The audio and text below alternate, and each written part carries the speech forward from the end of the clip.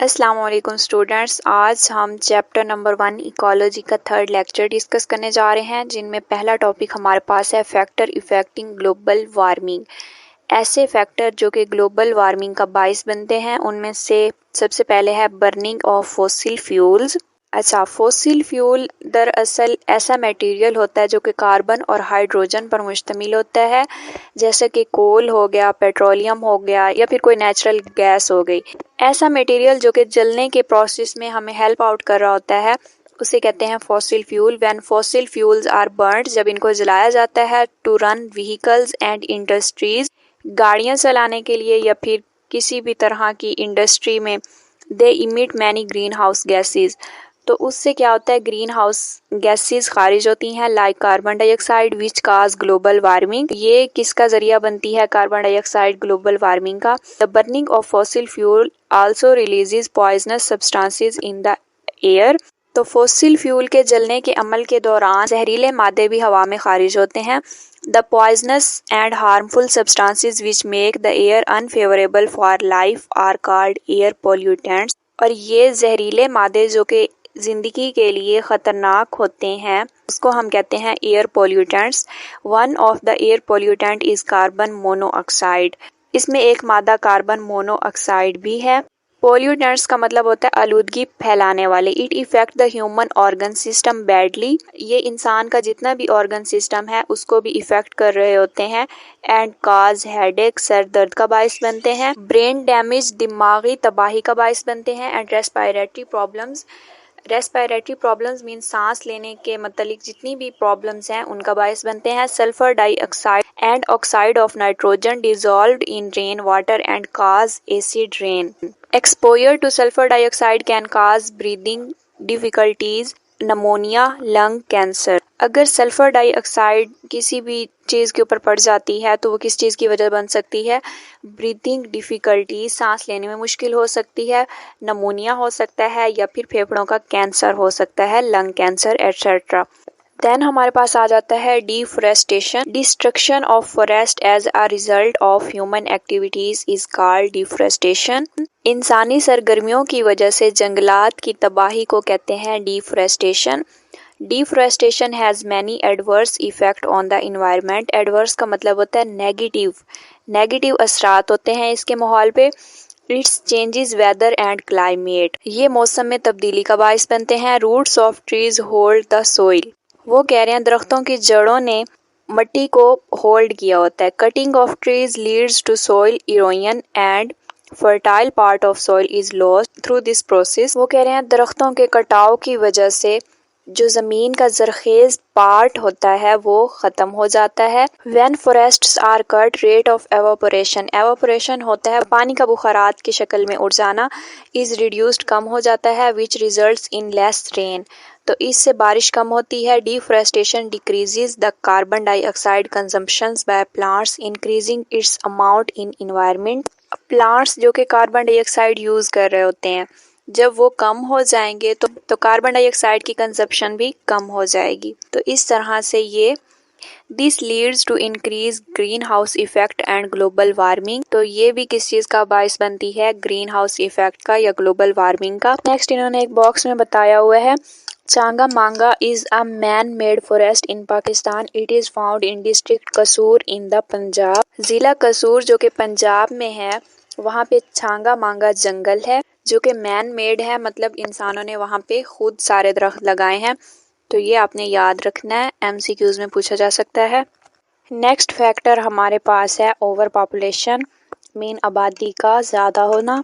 When the population of an organism become larger than the capacity of environment, जितनी environment की capacity है माहौल की, अगर उससे ज़्यादा आबादी हो जाती है ह्यूमंस की, तो उसे कहते हैं overpopulation. More people demand for more oil, coal, gas and other energy resources. ज़्यादा लोग होंगे तो उनको जाहिर सी बात है एनर्जी रिसोर्सेज भी ज़्यादा चाहिए होंगे। When more and more fossil fuel are used, जब ज़्यादा से ज़्यादा फॉसिल फ्यूल यूज़ होगा तो more greenhouse gases and other pollutants are released in environment. तो ग्रीन हाउस गैसेज और जितने भी जहरीले मादे हैं वो ज़्यादा खारिज होंगे एनवायरनमेंट में। In this way over population result in more global warming. तो इस तरीके से ओवर पॉपुलेशन भी ग्लोबल वार्मिंग का बायस बनती है। नेक्स्ट हमारे पास है सॉल्यूशन ऑफ इन्वायरमेंटल प्रॉब्लम्स। जितने भी ये माहौलियाती मसाइल हैं, अब इनका हल क्या है? The earth is the only planet in our solar system where life exist. जिस प्लैनेट पर, हमारे सोलर सिस्टम में जितने भी प्लैनेट्स हैं उनमें से अर्थ एक ऐसा प्लैनेट है जिस पर हम रह सकते हैं, जिस पर जिंदगी एग्जिस्ट कर सकती है। Pollutants are harmful to the life on earth. आलूदगी फैलाने वाले जितने भी मादे हैं वो नुकसानदेह हैं ज़िंदगी के लिए और अर्थ के लिए या ज़मीन पर ज़िंदगी के लिए। We should keep the earth environment clean and healthy. हमें अपनी अर्थ का इन्वायरमेंट साफ़ और सेहतमंदाना रखना चाहिए। Here are some of the solution of environmental problems. यहाँ पे नीचे इन्वायरमेंटल प्रॉब्लम्स के कुछ सोल्यूशन दिए हुए हैं, जिनमें सबसे पहले है reducing pollution. We can take many steps to reduce pollution. आलूदगी को कम करने के लिए हम बहुत से इकदाम उठा सकते हैं। Domestic trash and other solid waste should not be dumped on open places. सबसे पहले तो जितना भी हमारा घरेलू वेस्ट है या फिर कोई भी सॉलिड वेस्ट है उसको हमने ओपन प्लेस पर नहीं गिराना, नहीं फेंकना। इंस्टेड ऑफ पर्सनल कार्स, अपनी ज़ाती गाड़ियों के इस्तेमाल की जगह public transport should be used for travel. सफ़र करने के लिए पब्लिक ट्रांसपोर्ट यूज़ करनी चाहिए। Sulphur and lead free fuel should be used in vehicles. गाड़ियों में जो फ्यूल इस्तेमाल करना चाहिए उसमें सल्फ़र और लेड नहीं होना चाहिए। Factories and industries should be shifted away from the populated areas. ऐसे एरियाज जिनमें आबादी ज़्यादा है वहाँ पे कोई फैक्ट्री या इंडस्ट्री नहीं होनी चाहिए। Acid industrial exhaust gases must be neutralised before releasing into the air. Industry का जितना भी मटेरियल है जो कि नुकसान दे सकता है उसको हवा में रिलीज़ करने से पहले, खारिज करने से पहले उसको न्यूट्रलाइज करना चाहिए, उसके नुकसान को ख़त्म करना चाहिए। Engine of vehicle should be tuned properly. जो भी व्हीकल्स या गाड़ियाँ हम यूज़ कर रहे हैं इंजन की मुकम्मल सर्विस करवानी चाहिए। सारा उसका प्रोसेस देखना चाहिए। ये हमें इनपुट में फ्यूल कितना ले रहा है, आउटपुट हमें कितनी दे रहा है, या फिर इसके अलावा ये कितने टाइम चल सकता है। आगे है क्लोरोफ्लोरोकार्बन्स।